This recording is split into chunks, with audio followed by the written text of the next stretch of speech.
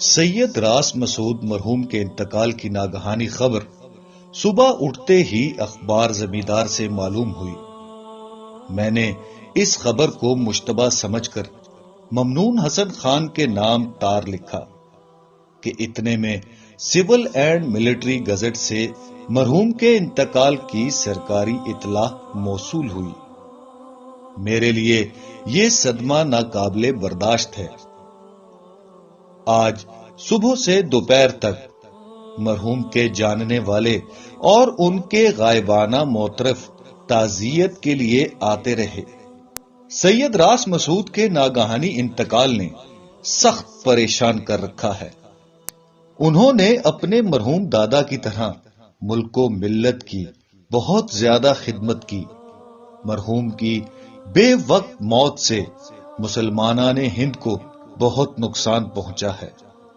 مرحوم کے دوستوں میں سے کوئی بھی ایسا نہ ہوگا جس کے دل پر مرحوم نے اپنی دل نوازی، بلند نظری اور سیر چشمی کا گہرا نقش نہ چھوڑا ہو۔ مسعود اپنے باپ دادا کے تمام اوصاف کا جامع تھا۔ اس نے قدرت سے دادا کا دل اور باپ کا دماغ پایا تھا، اور جب تک جیا اس دل و دماغ سے ملک و ملت کی خدمت کرتا رہا۔ خدا تعالی اسے غریق رحمت کرے۔ میں ذرا سفر کے قابل ہو لوں تو سید مسعود کے مزار پر فاتح خوانی کے لیے علی گڑھ جانے کا قصد رکھتا ہوں۔ مرحوم کی موت کالا آزار سے واقع ہوئی ہے۔ یہ کالا آزار مشرقی افریقہ کی بیماری ہے۔ بھوپال میں اس کا ظاہر ہونا تعجب کی بات ہے۔ ان کی وفات پر چند اشعار لکھ رہا ہوں جو میرے دوسرے مجموعے میں شامل ہوں گے، اور یہ بھی ممکن ہے کہ پہلے ہی شائع کر دیے جائیں۔ مسعود مرحوم کے کتبہ مزار کے لیے میں نے مندرجہ ذیل ربائی انتخاب کی ہے۔ نہ پیوستم دری بستاں سرا دل، زبندے ای او آزادہ رفتم، چو باد صبح گردیدم دمے چند، گلارا رنگو آبے دادا رفتم۔ یہ ربائی میں نے اپنے کتبہ مزار کے لیے لکھی تھی، لیکن تقدیر الہی یہ تھی مسعود مرحوم مجھ سے پہلے اس دنیا سے رخصت ہو جائے۔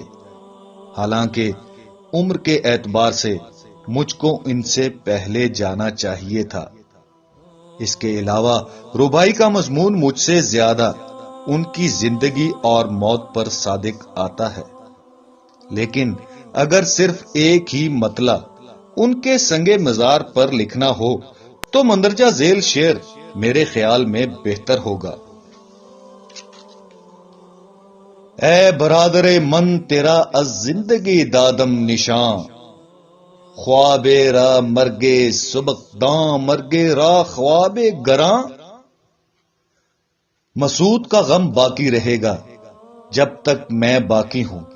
مسعود مرحوم کا اخلاص، اس کی درد بندی اور اس کا اخلاق، جس میں اس کے باپ اور دادا دونوں کی جھلک نظر آتی تھی، اب ہندوستان میں یہ باتیں کہاں نظر آئیں گی؟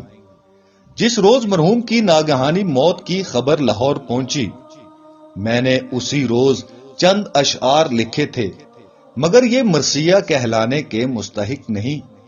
مرثیہ لکھنا مجھے آتا بھی نہیں۔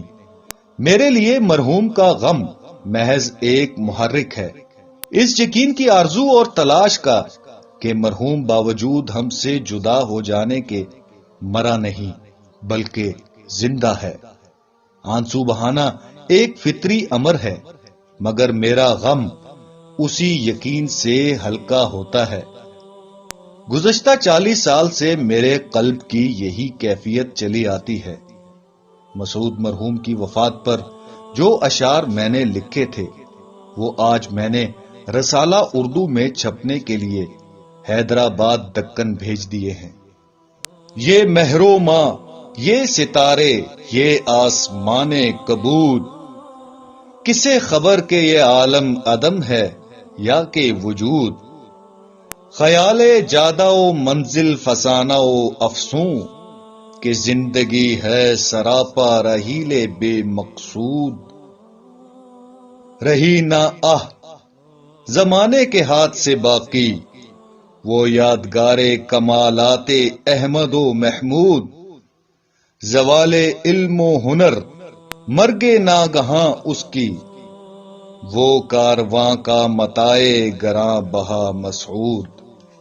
مجھے رلاتی ہے اہل جہاں کی بے دردی فغان مرغ سحر خواں کو جانتے ہیں سرود.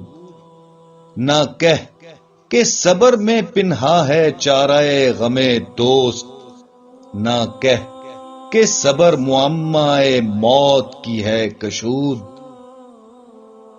دلے کے عاشق کو صابر بود مگر سنگ است ز اشک تابا صبوری ہزار فرسنگ است.